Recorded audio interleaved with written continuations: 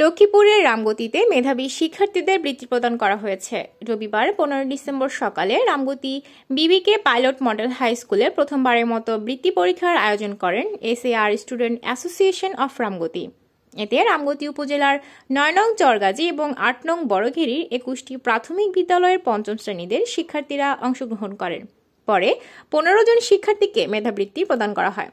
এর মধ্যে প্রথম, দ্বিতীয়, তৃতীয়, চতুর্থ, পঞ্চম স্থান অধিকারীকে নগদ অর্থ, ক্রেস্ট, মেডেল এবং সার্টিফিকেট প্রদান করা হয়।